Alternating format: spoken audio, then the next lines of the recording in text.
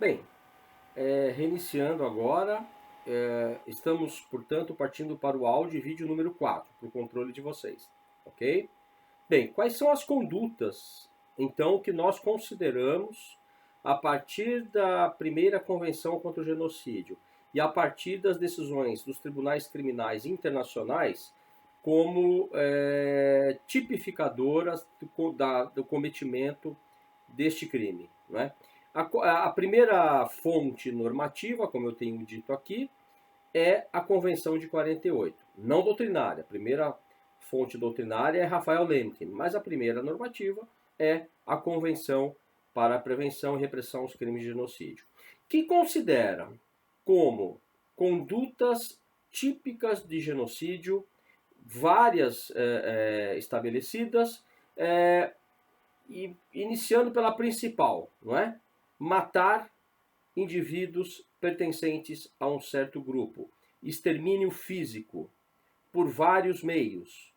Por exemplo, o fuzilamento, como fizeram os otomanos em relação aos armênios, como fizeram as Einsatzgruppen, ou seja, os pelotões da morte de fuzilamentos da SS nazista, como fez o Império Alemão na Namíbia em relação aos povos namas e hereros, e assim por diante, não é? Também em Ruanda.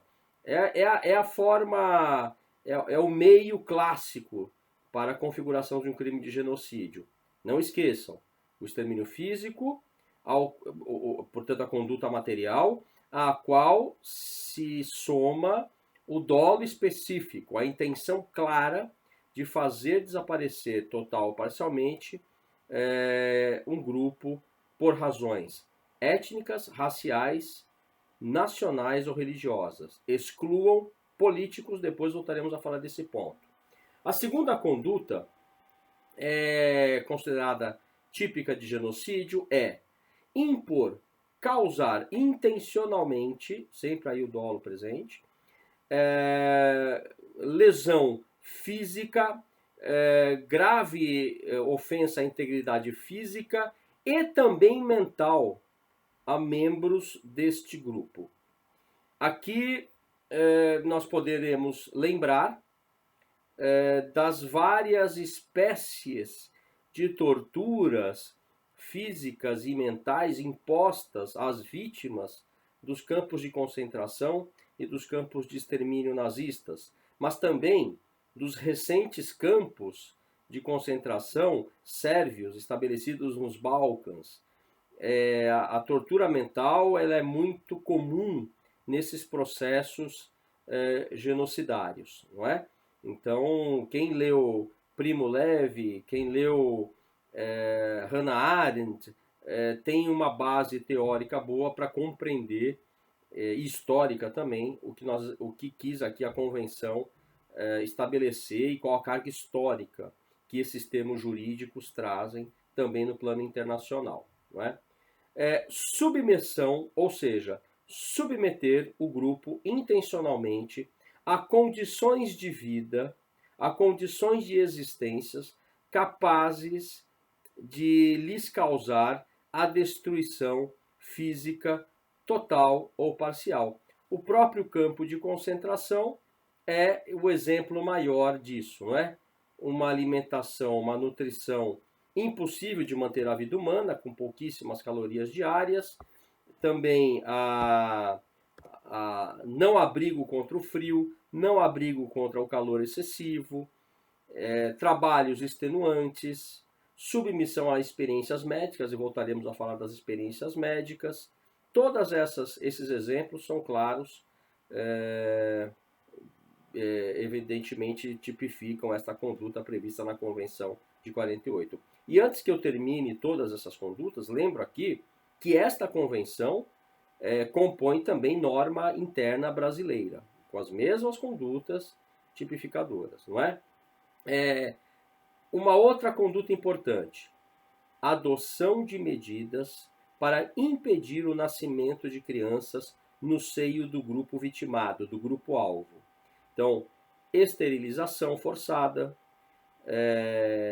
experiências médicas realizadas e desenvolvidas sobre os úteros das mulheres vitimadas, como aconteceu muito em Auschwitz, comandada não só por Josef Mengele, o famigerado Anjo da Morte, mas também por Klaus Klauberg, um dos chefes do grupo de médicos nazistas nos campos e no sistema alemão como todo do Terceiro Reich. Né? E também lembrando que muito antes da Segunda Guerra Mundial, a prática da esterilização forçada já era praticada, já era cometida, não é? Também lembrando que na própria Alemanha, o projeto T4, Tiergarten 4, o nome da rua Tiergarten número 4, era o endereço onde eram realizadas esterilizações de pessoas consideradas indesejáveis pelo regime nazista, por conta de doenças genéticas, deformidades, etc. Hoje, isso tudo configura genocídio. Né? É por isso que lá atrás, uma das nossas primeiras aulas, nós verificamos que a historicidade é uma das características dos direitos humanos. Outra conduta importante é a transferência forçada de crianças pertencentes a este grupo. Isto ocorreu, evidentemente, em todos esses exemplos históricos que eu mencionei.